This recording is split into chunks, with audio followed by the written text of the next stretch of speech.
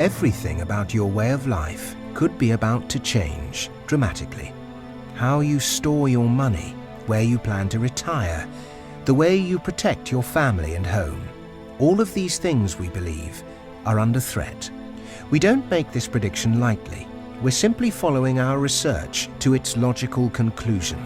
We did the same when we anticipated the global credit crisis, the property slide, and the collapse of the banks. In fact, in the 12 years we've been publishing Money Week magazine, this is the most serious warning we've ever made. As you'll see in this short film, we have uncovered an unsolvable problem at the heart of our financial system. We believe the outcome of this problem is inevitable, and the recession, joblessness, and instability you see right now is only the first stage of it.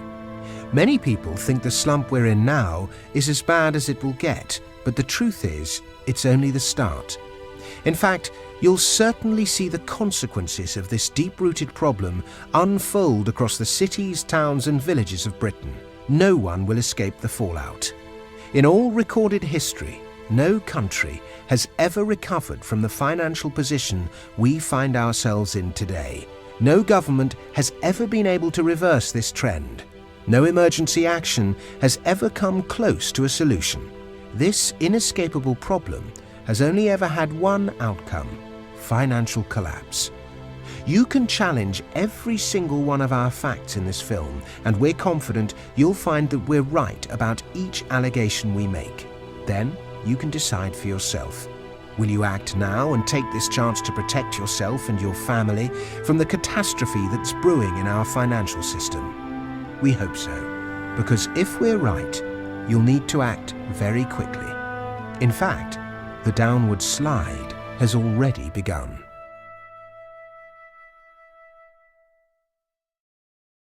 Britain is about to be flattened by a tidal wave of debt. It doesn't matter if you vote Conservative, Liberal, Labour, UKIP, or for no party at all. The facts are the facts. Let's take a look at some numbers. 2.5 years ago, when the coalition government formed, we were already in a huge amount of debt. In fact, the previous government had left the country sinking under £700 billion worth. The coalition has spent the last 2.5 years desperately and very publicly trying to get our finances in order. We've had an austerity budget. We've had tax hikes. We've had the cuts. But for all that, our national debt is still growing at an incredible rate. Despite David Cameron's talk of austerity, he's going to add an estimated £700 billion to the national debt in just 5 years. That's more than Tony Blair and Gordon Brown added to the national debt in 11 years. It's more than every British government of the past 100 years put together. The fact is, when you look at our finances as a whole, the coalition isn't cutting anything. State spending is going up, our national debt is going up, and our interest payments are going up. By the next general election in 2015, our national debt is estimated to stand at almost £1.4 trillion. It's clear our public finances are in an enormous mess. Anyone can see that. And to some extent, some politicians will admit it. But add in our financial, personal and private debts, and an even darker picture emerges. Compared to the size of our economy, Britain is now one of the most heavily indebted countries in the Western world. That's official. Our total debts stand at more than 5 times what our entire economy is worth. Proportionately, that's more debt than Italy, Portugal, Spain, and almost twice as much debt as Greece. Those are 4 countries already in the throes of financial crisis. We're the odd one out because we haven't collapsed. Yet. But things can't stay that way for long.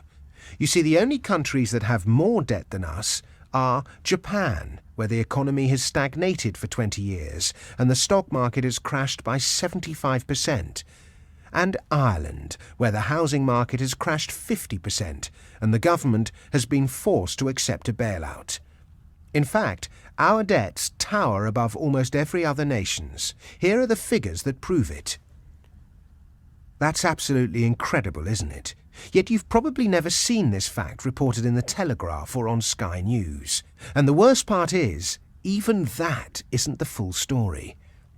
Because when you add in all of Britain's unfunded obligations, promises the government has made on things like public sector pensions, our debts swell to 900% of our economy. That's right. When you add everything up, we owe 9 times what our entire economy is worth.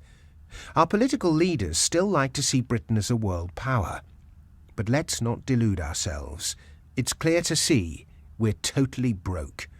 It doesn't matter which set of figures you use or which way you look at Britain's debts. We're merely talking about different shades of disaster here. A country can either pay back its debts or it can't, and it's very clear to us that Britain can't.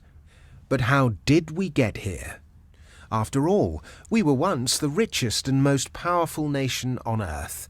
What happened to all of our money? On the 1st of January 1909, something happened for the first time in British history. The government agreed to redistribute taxes to support people in their old age.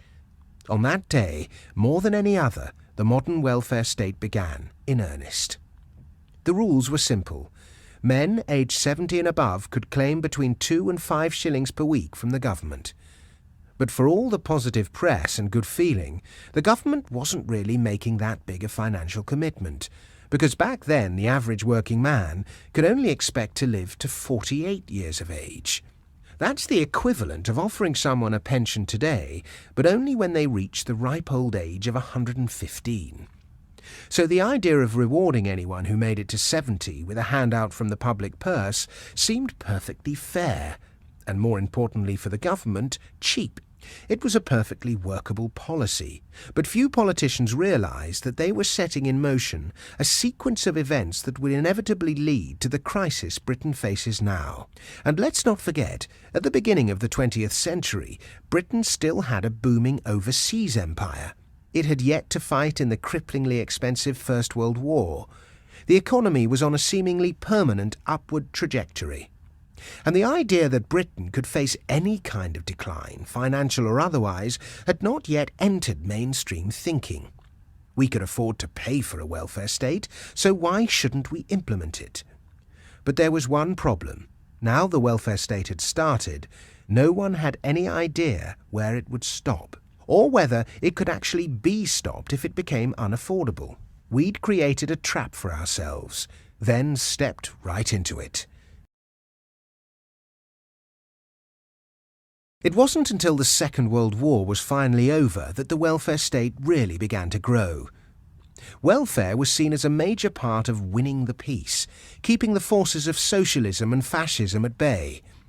Of course, politicians soon realized welfare wasn't just a tool to win the peace. It was also incredibly effective at winning votes, too. This same scenario came to be repeated across the world, in the USA, Japan, and across Europe. Seemingly limitless economic growth and prosperity allowed politicians to make an essentially unlimited promise. The government promised to look after you from cradle to grave. This single, powerful idea gave government the license to swell to a size unimaginable just half a century earlier. The promises got bigger, and so did the cost. In just a few short years, the size of the welfare state grew almost uncontrollably in a flurry of new laws. There was the Butler Act, which reformed schooling, the Family Allowance Act, the National Insurance Act, the National Health Act. The list went on. The problem was, this all came with a nasty side effect. It was immensely expensive. Everyone assumed we'd be able to pay for it forever, but they were wrong. Politicians found themselves totally and utterly caught in this trap. Any attempt to reduce the size of the welfare state was met with often violent resistance in the form of strikes and protests. Or the party trying to cut back, to do the sensible thing, was simply voted out of power. After all, an ever-growing proportion of the population now benefited from the welfare state in one way or another. The safety net couldn't just be pulled away. The government would forever be saddled with an expense that could only grow. And grow it did. Since public pensions were first introduced, average life expectancy has grown from 48 to 80, a 67% increase.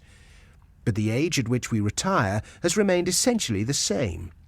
This has resulted in an estimated £5 trillion worth of pension promises the state has made to its citizens, roughly 5 times what our entire economy is worth. No one has any idea how we'll pay these.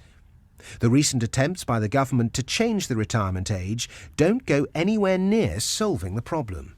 As people have lived longer, the strain on the NHS, the demand for medication, more doctors, nurses and other staff, as well as a skyrocketing cost of caring for the elderly, has pushed our finances to breaking point. In fact, as state spending has grown, so has the cost of running the welfare system itself. For instance, the state employs 500,000 civil servants. To put that into perspective, during the height of the British Empire, when Britain ran a quarter of the planet, the state employed just 4,000 civil servants. If you're in any doubt just how out of control state spending has become, simply take a look at this. As you can see, spending has exploded in a way no one could have imagined 100 years ago. With the idea of welfare being such a vote winner, no government could take the bull by the horns and cut it back, not in any meaningful way. They could fiddle round the edges and save a few pennies here and there, but as population grew larger and lived longer, all they could really do was sit back and let a future generation sort it out. And now it's come down to us. In 2012, for example, the government spent roughly £120 billion more than it collects in taxes. In a situation like this, when you spend more than you earn, there's only one way of paying for it: by borrowing money. That alone is bad enough, but remember, we also have to service our debts, to pay interest on a pile of debt that's mounting ever higher, debt that we'll never pay back. So a vicious cycle was set in motion. Politicians realised that to remain in office, they needed to make bigger promises, call for bigger reforms, and ultimately borrow more and more money. This addiction to debt has spread into every corner of British society. Banks, businesses, the ordinary man on the street. These days they all carry a great weight of debt. Debt has become normal. Want a holiday? Pay for it on credit. Want a new crowd-pleasing cut in taxes? Fund it with debt. To put it bluntly, our politicians, so-called educated people who were meant to be looking after our interests, acted like teenagers with their first credit card, all to win votes. If the UK had been a business or an individual, we'd have been declared bankrupt by now. We'd have been forced to sell our business premises or our home, and would have been housed in a run-down flat long ago. We are broke. We have been for a long time. But very soon, it will really hit home. So what's different about today? Why can't the government just keep giving us more and take on more debt to pay for it? That's worked for 100 years. Why won't it work now? The answer to that is simple. The explosion of government spending and government debt has mostly come in the past 30 years, and during that time it's been easy and cheap for the government to borrow money. You see, interest rates on the government's debt have been steadily falling for 30 years. Here, let us show you. In 1982, Margaret Thatcher's government had to pay 15% to borrow money for 3 years. This came in the form of a bond, a gilt. Anyone with money, be it a rich country or a pension fund, could invest in the bonds and receive 15% interest in return. But over time, the government's borrowing costs have fallen dramatically. Now the government only has to pay 2% to borrow money over the same period. That's 7 times cheaper than in 1982. And low interest rates make it easier to borrow money. Debt has been getting steadily cheaper for 3 decades. That has allowed the government to borrow more and more money without having to face the consequences. But these good times are about to come to an end. The simple truth is, if interest rates were at their normal rate of 5%, instead of around the extremely low 2% they're at right now, there's absolutely no way Britain could ever repay its debts. In fact, at normal rates of interest, we're already bust, not just in over our heads, but 6 feet under. It's simple maths. If interest rates moved back towards the normal 5% level, our cost of borrowing would triple. Just to put that into context, if our current debt repayments tripled, the government would have to take drastic action, like abolishing the state pension, or privatising the NHS, or pushing tax rates back up to 90% as they were in the 1960s. In short, Britain would change radically. And that's just if interest rates move back to normal levels.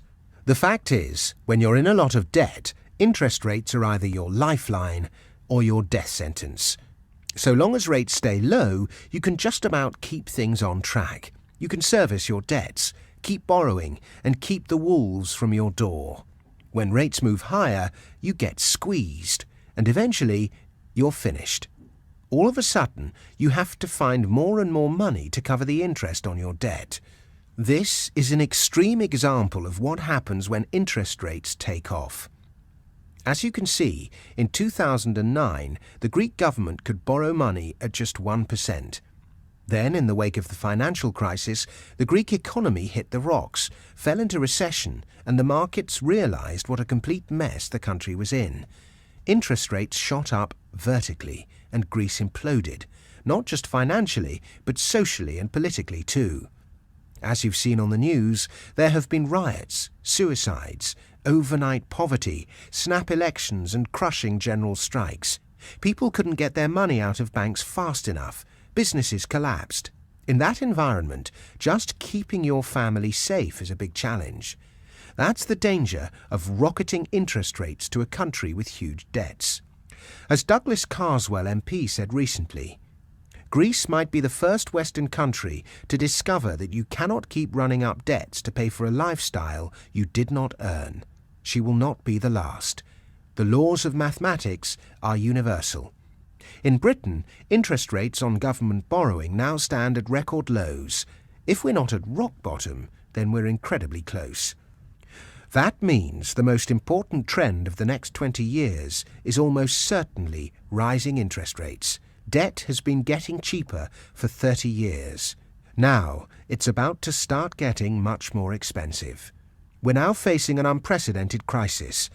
As interest rates rise, our record debts will become impossible to bear. No one can say how quickly things will escalate. Interest rates could rise overnight, or they could slowly and inevitably push higher, taking years to slowly strangle the economy, the housing market, the stock market, stripping us all of our wealth one day at a time. What we can say with certainty is that sooner or later, interest rates will rise. We're approaching the day when foreign investors realize the scale of our problems and demand higher interest rates, or stop lending to us altogether. When that day arrives, we are certain things will get nasty. So what happens to Britain when interest rates rise? What shape will the crisis take? And what does all this mean for you and your family? The first flashpoint will be the banking system. We've already seen this across Europe. This is because banks hold huge amounts of government debt. When interest rates rise, the value of government debt, bonds, falls.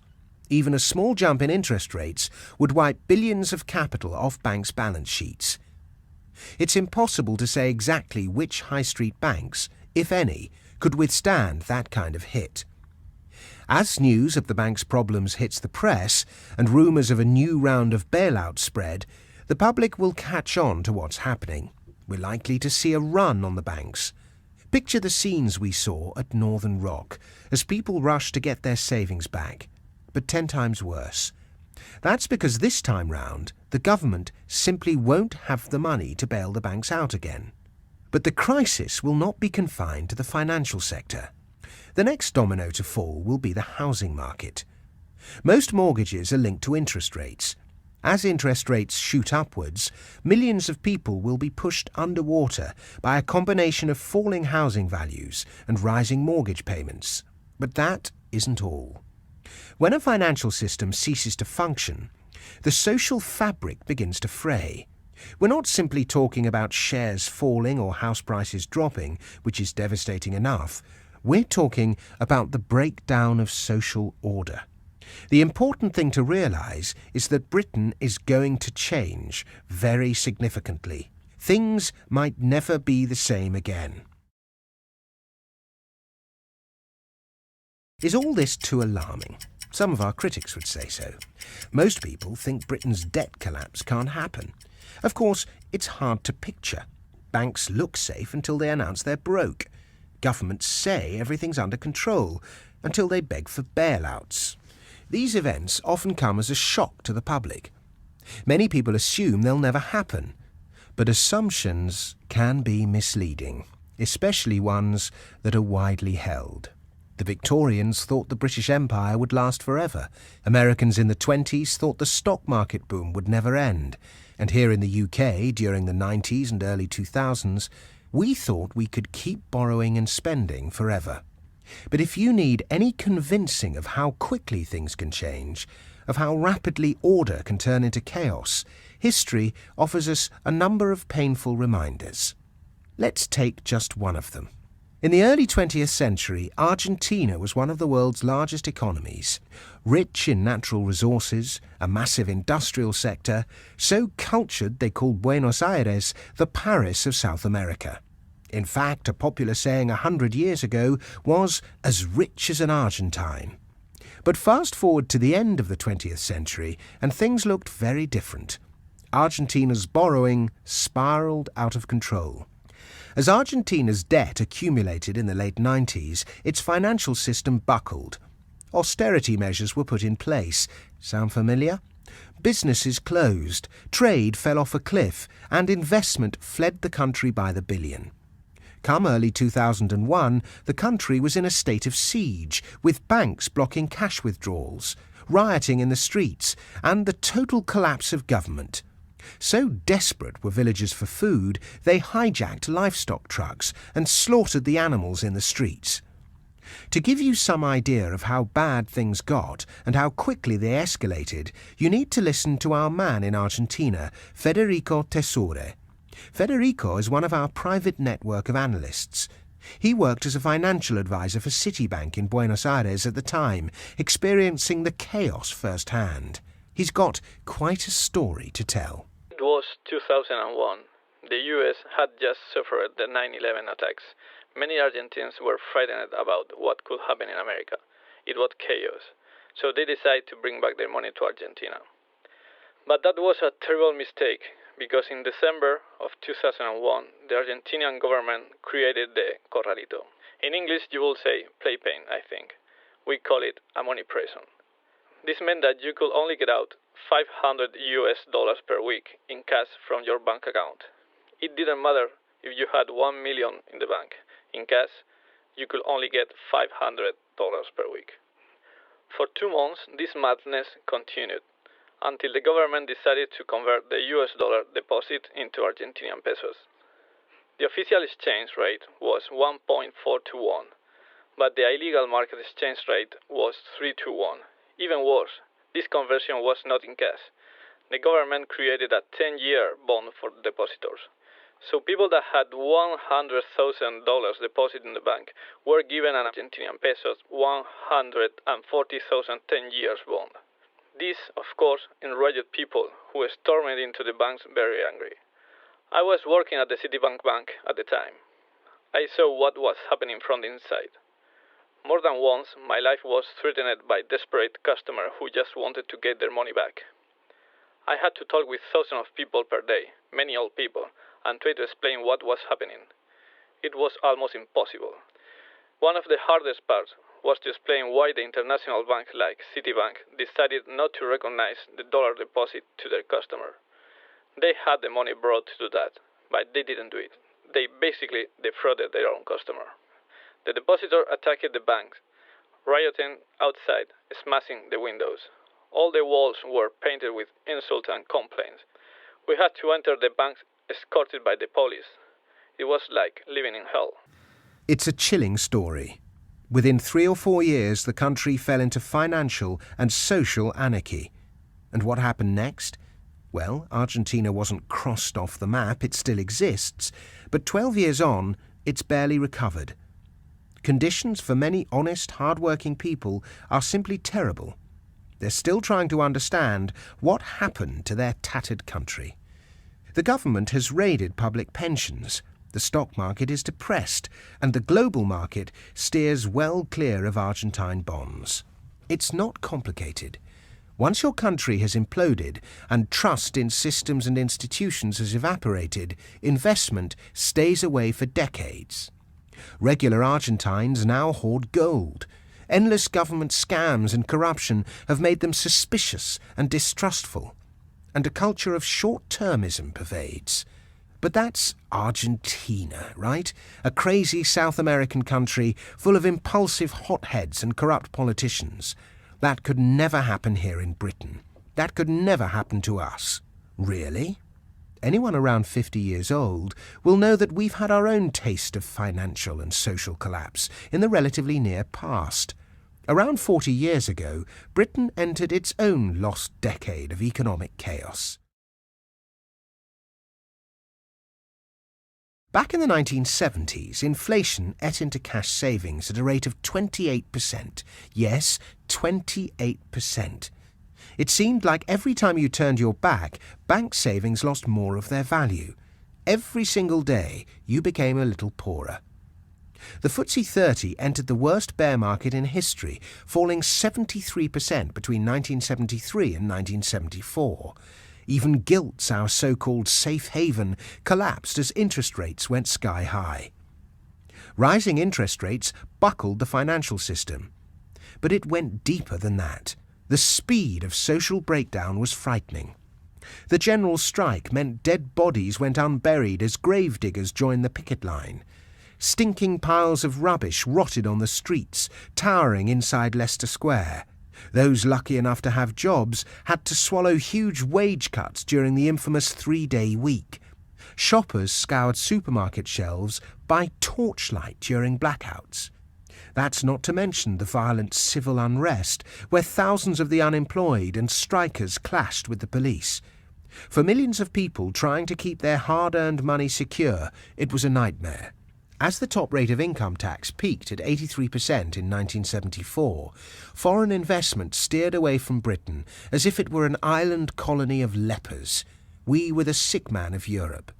Property and banking crises meant that people's lives changed dramatically for the worse. Jobs were lost. Family businesses closed. People had to dig deep into their savings just to make ends meet. The country was brought to its knees. So when we're talking about financial emergencies, don't be under any illusions. It can happen here in Britain, just as it can happen anywhere, given the right conditions. In 1976, humiliated, the UK government had to be rescued by the International Monetary Fund, with Jim Callaghan going cap in hand to beg for a huge bailout. Humbled, he delivered what was meant to be a wake-up call for the British financial and political system. We used to think you could spend your way out of recession and increase employment by boosting government spending. I tell you, that option no longer exists, and so far as it ever did exist, it only worked on each occasion by injecting a bigger dose of inflation into the economy, followed by a higher level of unemployment as the next step. These words are amongst the most important ever uttered in the history of modern British politics. Unfortunately, almost everyone has forgotten them. For a left-wing Prime Minister to admit that too much state spending is dangerous should have marked a big turning point in our history. But of course it didn't, as this chart so aptly illustrates. In the 1970s, the spend-borrow-spend experiment should have ended. It should have been our wake-up call, but we just kept on spending. So long as interest rates kept going down, there was always a way to put off the pain, a reason to borrow more, a justification for not balancing the books. But the day of reckoning is approaching. When? Well, we can't say exactly. It might be a long, slow, drawn-out process that drains your wealth over the next decade. Or this time next year, the financial system could be breaking apart. It's impossible to say. But we think that savers and investors who are not aware of the full risks and who fail to protect themselves will suffer the most. The vast majority of people here in Britain will have no idea what action to take as they watch their wealth and financial security drain away, out of reach, perhaps forever. The important question for you is, when this happens, will you know what to do? When these events unfold, very few people will have any idea how to respond. Most will see the assets they've worked all their life to secure begin to lose value rapidly. It won't matter if you have £5,000 in the bank or £500,000. It won't matter if you own a 5-bedroom house in Esher or a 1-bedroom flat in Croydon. This crisis will lay waste to the wealth of anyone who isn't prepared for it. The most horrible feeling will be the loss of control and the confusion. Desperate to take some sort of action, many people will feel pressured into making investments that could blow up in their faces. The cost of making the wrong move with your money over the next few years could be lasting. What if your money is trapped in one of the banks that collapse? What if your invested wealth is stuck in one of the companies most likely to crash? This is about knowing what you can do with your money if the worst of the crisis unfolds. Our intention is not to be melodramatic. But if events unravel as we expect, thousands of people will lose a lot of what they have, and they won't be able to do a thing about it. By the time most people have pieced it all together, or the true significance of this information makes the headline news in the financial press, it will be too late. And that's why so many people could get caught out and lose so much money. It's essential you prepare for these events. You can't rely on mainstream commentators to help you. So who do you listen to?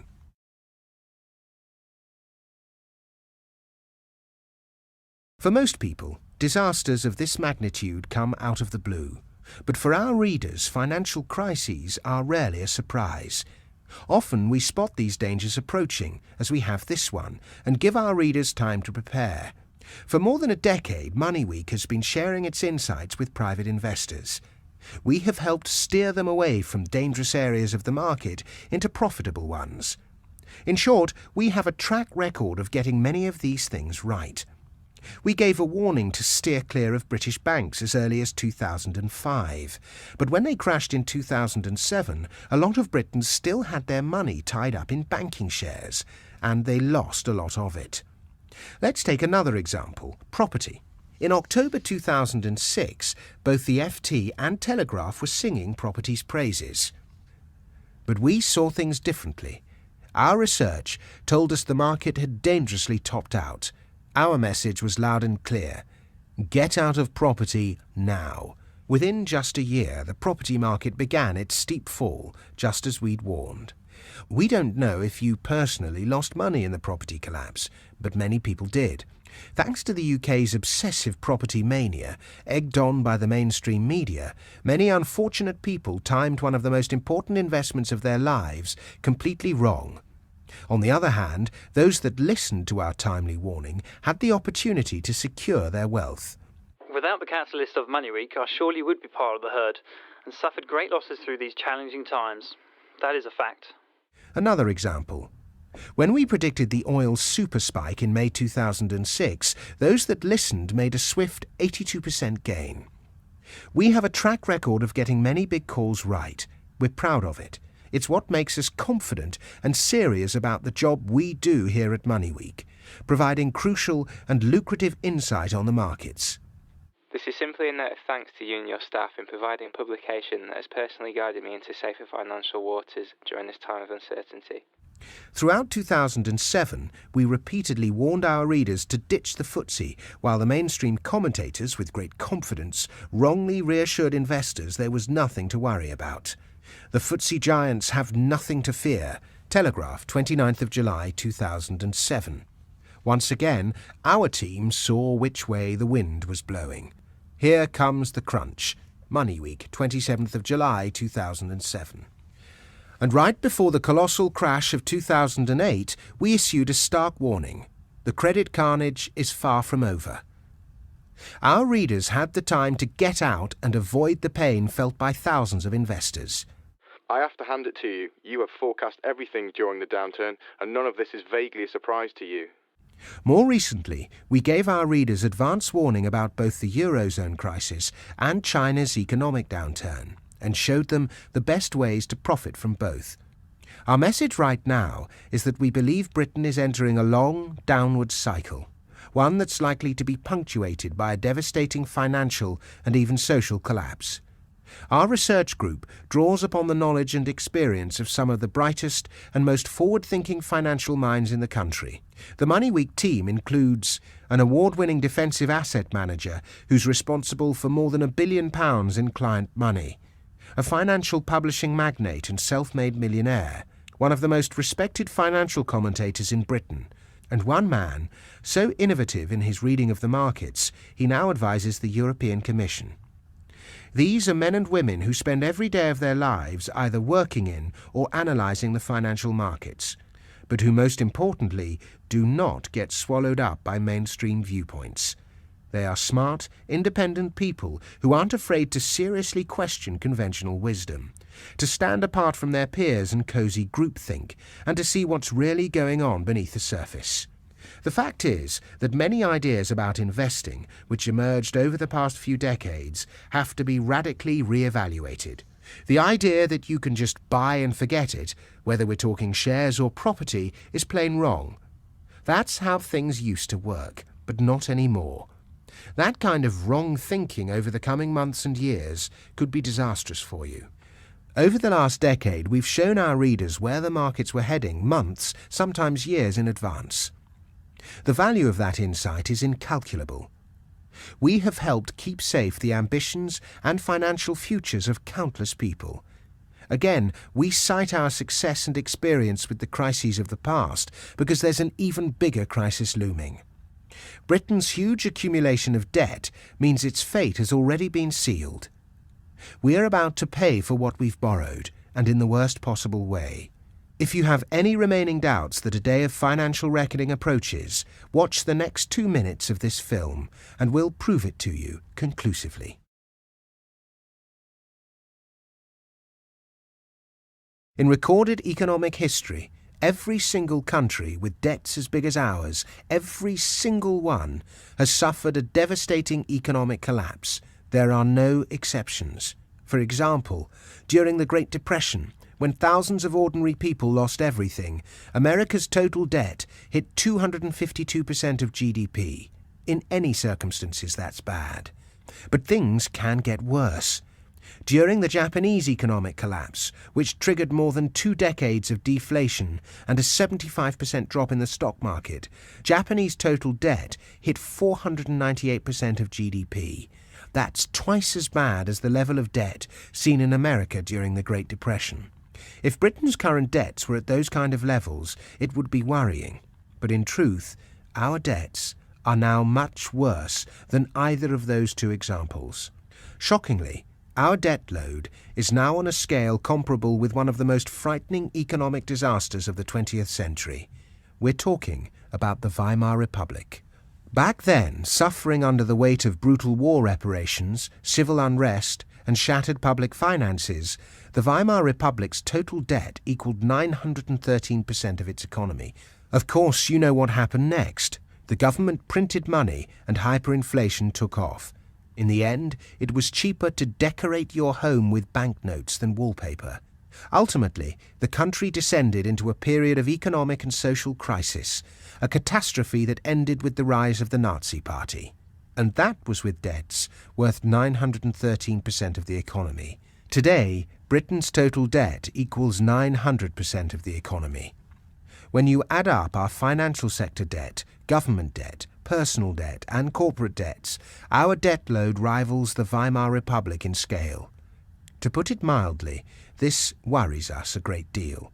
It should worry you too, because this simple fact alone proves just how inevitable Britain's coming crisis is. Remember, as you saw earlier, the only thing delaying the crisis right now is the fact that interest rates are at historical lows. That's what allows life to carry on as normal.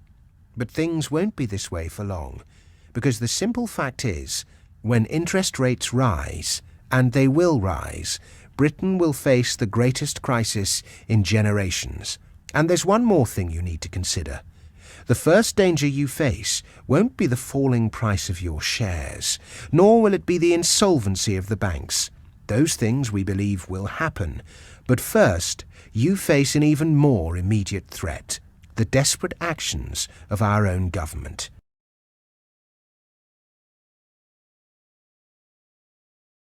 There is nothing the government can do to solve the debt crisis. Better people than David Cameron and George Osborne have tried to get out of similar crises in the past and failed.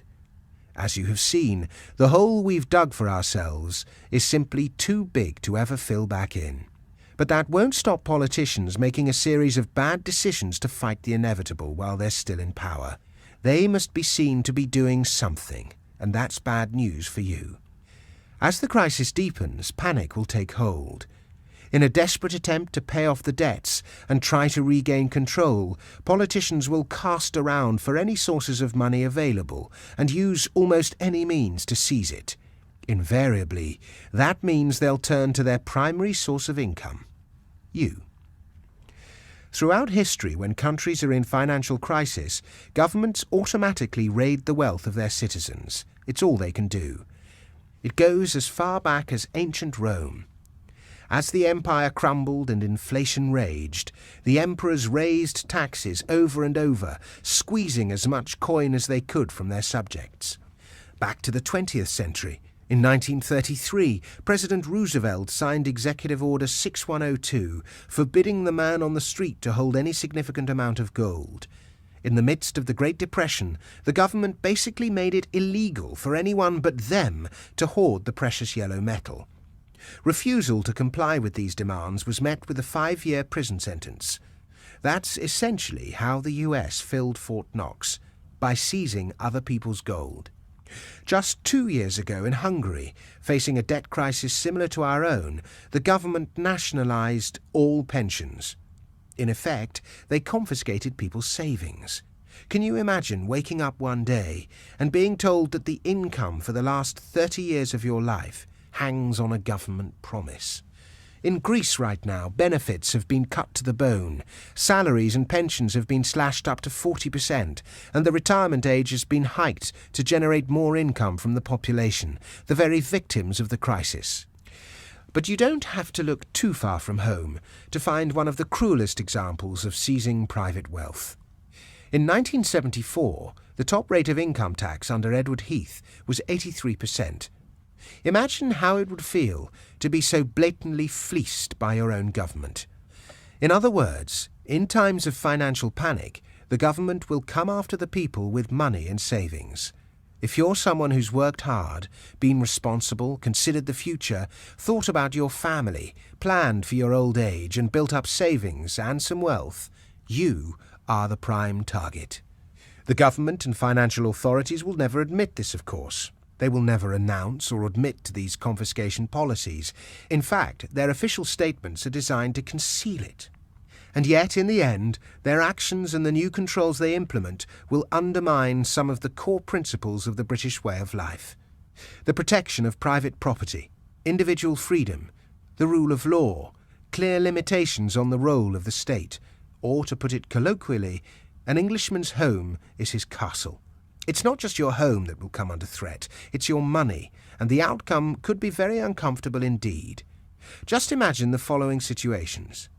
Your spending money limited. You set off to take a brief holiday on the Mediterranean. As you go through security at the airport, you're asked to reveal how much money you have on you. You take out your wallet. Anything over £500 is confiscated. And you can't use your credit cards overseas. Your investments restricted. You come across an interesting investment idea that involves buying a foreign share. You open up your online stockbroking account and search for it. Instead of the usual ticker code and information, all that appears is an error message. Sorry, but overseas shares are no longer available. A dividend super tax. You decide to review your investments and look through your latest pension and broker statements. To your dismay, you find that the dividend income you expected is much, much lower than usual. You notice a small note at the bottom of the statement. It says, dividend income is now subject to additional dividend control tax at 25%. Your pension downgraded. You're watching the 10 o'clock news when the newsreader calmly announces the Chancellor of the Exchequer's latest policy. It's a bombshell.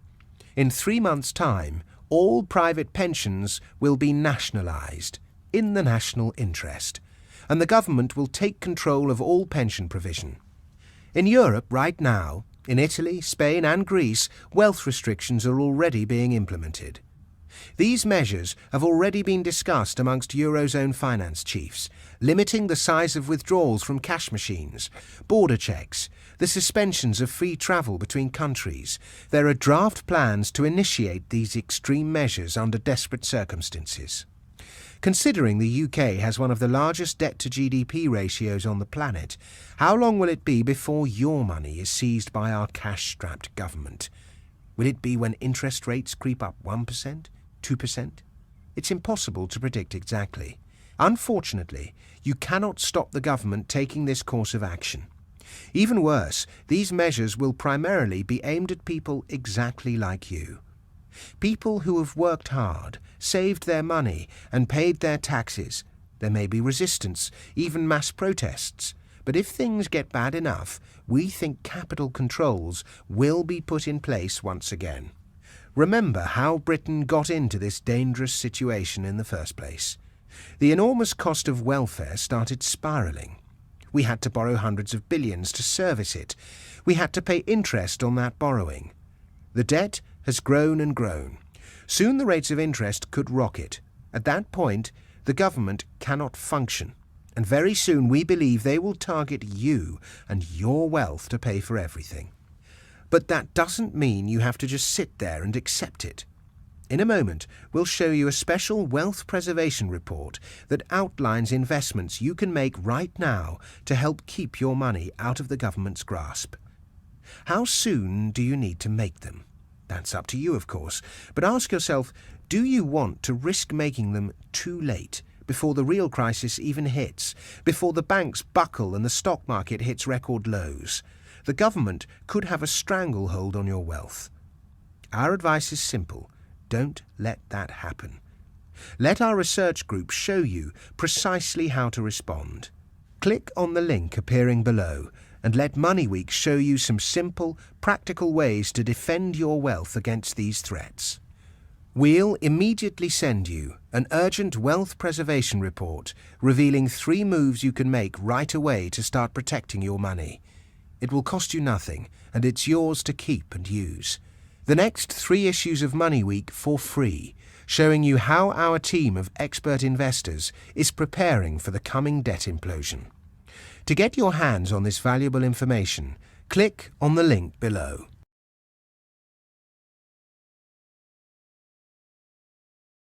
Now that you understand the danger Britain faces and the events we believe will take place in the near future, we'd like to show you exactly what we think you can do to defend yourself. Our company has offices around the world, not just here in Britain, but in America, France, China, India, South America, and Australia. As you've seen, our network includes an award-winning defensive investor, a financial publishing magnate, one of the most popular writers for the Financial Times, as well as a series of highly respected investors, economists, and analysts. We exist for one reason: to help arm you with the information and know-how to protect and grow your money no matter what. We do this by sharing our insights, analysis, and advice through Britain's most popular financial publication, MoneyWeek magazine. You may already have heard about MoneyWeek magazine. Many of our writers are well-known financial commentators. For instance, our editor-in-chief, Merrin Somerset Webb, regularly appears on Radio 4's Today programme, the BBC News, Moneybox and Working Lunch. Our editor, John Stepek, is equally well respected in the financial community. You may already have seen him on Newsnight, BBC News or CNBC. On the other hand, many of our regular contributors prefer not to share their financial insight publicly, choosing to keep a lower but no less influential profile. For example, our defensive expert Tim Price has won City Awards for his ability to keep his clients' money safe in times of crisis. And one of our most popular contributors, our owner and publisher, Bill Bonner, is a New York Times best-selling financial author. But without exception, their very best ideas reach the readers of Money Week magazine. We believe this places our readers amongst the most knowledgeable and successful investors in the country, and our history of getting the big calls right backs this belief up. Not only that, but we highlighted ways our readers could protect their wealth and turn these problems to their advantage. It's no exaggeration to say that this kind of advice has helped many of our readers save and make thousands of pounds. Our belief is you can survive the coming crisis, but only if you have the knowledge and the know-how to keep your wealth safe. Money Week magazine aims to provide you with this knowledge, starting with your free wealth preservation report.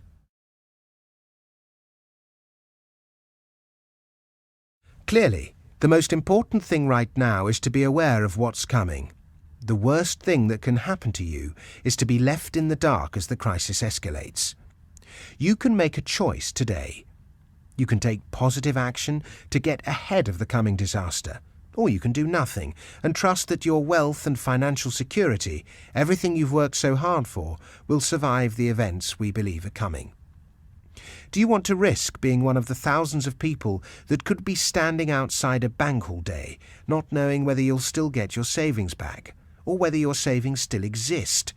Do you want to be one of the millions of people who panic when the price of basic staples like food and fuel skyrockets? Do you want to be left helpless when the stock exchange suspends trading, the stock market crashes, or the government raids your wealth in a desperate attempt to stay afloat? Or do you want to start taking action today to defend yourself? The Money Week magazine team has put together a free report to arm you with all the information you'll need to face the coming crisis. Your Wealth Preservation Report. It's impossible for anyone to give you one piece of advice to steer you through the entire crisis. You'll need ongoing insight to navigate through Britain's coming debt collapse. But we have selected 3 crucial moves you can make right now, so you'll be starting out in the best possible position to protect yourself from the threats we see coming. Firstly, we'll help you make a handful of key investments that aim to protect you from currency debasement, rampant inflation, and of course, the threat of hyperinflation. Secondly, we've uncovered several key income-producing investments you can make today to start sending a big stream of income your way. In times like this, you're going to need all the income you can get to offset any losses and keep your money on sound footing. Thirdly, and in many ways most importantly, we've found several bolt holes outside the UK you can move a part of your wealth into right away. Not only will these investments help you escape Britain's looming economic collapse, they could also turn you a handy profit in the coming years. Plus, we'd like to help you through every step of the crisis, every week in Money Week. Simply click on the link below now to collect your free wealth preservation report and your 3 free issues of Money Week. Some of the most respected financial minds in Britain have praised Money Week for its timely, against-the-grain insight. I recommend Money Week to anyone who wants to make the most of their money. This is most likely the best investment in your financial future you can make. I can't recommend it enough. If you want to be better informed, ahead of the pack and enhance capital, then you'd better read Money Week. As things change, as the debt crisis deepens, our team will update you and recommend new investments to respond to new challenges as they arise. But the fact is, the information in these reports is just the beginning. The investments we recommend are aimed at putting your money in the right place right now. We want to make certain you begin this crisis on a sure footing. Frankly, no one can know for sure how this crisis will develop or what unexpected events Britain will face in the coming months. No one can know how quickly things will escalate. That's why we believe Money Week magazine will be essential to your survival in these times. We'll bring you vital updates on what's happening, as well as providing you with ongoing recommendations you can implement to help keep your wealth safe. We hope you'll make Money Week magazine part of your regular weekly reading, because as you've seen, we have a long history of moving quickly ahead of major changes in the markets. Over the last decade, it's paid to have us on your side. As Britain's debt bomb ticks ever closer to detonation, we believe you'll need the advice and ongoing insight of our researchers and writers. You've seen how our warnings of the last decade have helped make and save investors thousands of pounds. But please don't just take our word for it. We want you to hold Money Week in your hand and see for yourself before you make any decision. To prove to you just how important Money Week magazine could be to your wealth and financial security, we'd like to send you the next 3 issues of our magazine completely free of charge. That means you'll be able to implement the crisis moves provided in your free reports today and benefit from Money Week magazine's unique insights for the next 3 weeks without paying a penny. That gives you the time to judge our research and analysis for yourself. And of course, if you're not convinced that Money Week is for you, just contact us at any time during your 3-week free trial and we'll stop your subscription immediately. The 3 issues we send you will be yours to keep regardless.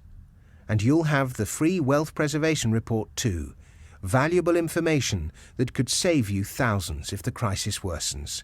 However, if you decide that the expert advice in Money Week is well worth having every week, then we'd like to offer you a very attractive price indeed. The usual cost of Money Week is £175.95 for a full year, but we want you to benefit from our insights and advice and not be inhibited by the price.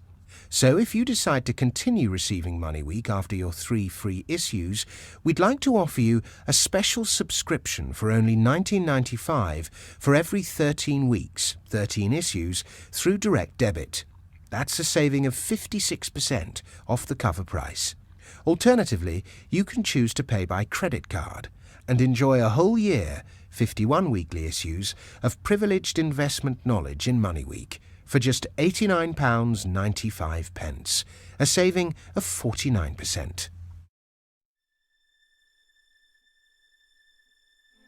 We are extremely worried about the events unfolding around us right now and the solvency of our financial institutions and our country. Quite simply, we want you to benefit from our advice and experience. The sooner you pick up your free Wealth Preservation Report and get our latest insights, the sooner you can start protecting your money from these looming threats. To take advantage of this offer now, simply click on the link below. We're preparing our readers for a financial crisis that will put everything they've worked hard to secure in real danger. Events of this magnitude do not come around very often. That's why most people will simply fall victim to it. But when they do happen, you must be ready for it or risk losing everything. Ask yourself, could I face losing a large portion of my money at this stage of my life? Could I happily retire, knowing I won't be able to live the way I've always dreamed, knowing I cannot leave my kids with as much as I hoped? Could I forgive myself if I did nothing to protect my investments and family, even after this serious warning? Today, you have an opportunity to prepare yourself against Britain's coming debt implosion. Don't waste it. It will cost you nothing to see what we believe you need to do urgently. And it will cost you only a very modest amount to continue to receive our advice as the crisis deepens. Do nothing, and you could be watching your shares falling in value, your home losing thousands, and the government pinching every penny it can out of your pocket. Will you know what to do? Will you know how to respond? Don't let yourself become one of the thousands of people here in the UK looking back with regret, wondering, what if I'd listened? What if I'd done something? We're offering to show you precisely how we think you should position your wealth right now, before it's too late. Claim your first 3 issues and your crucial Wealth Preservation Report immediately, absolutely free. You can download it now. Simply click on the link below to take action ahead of the crisis. Thank you for watching.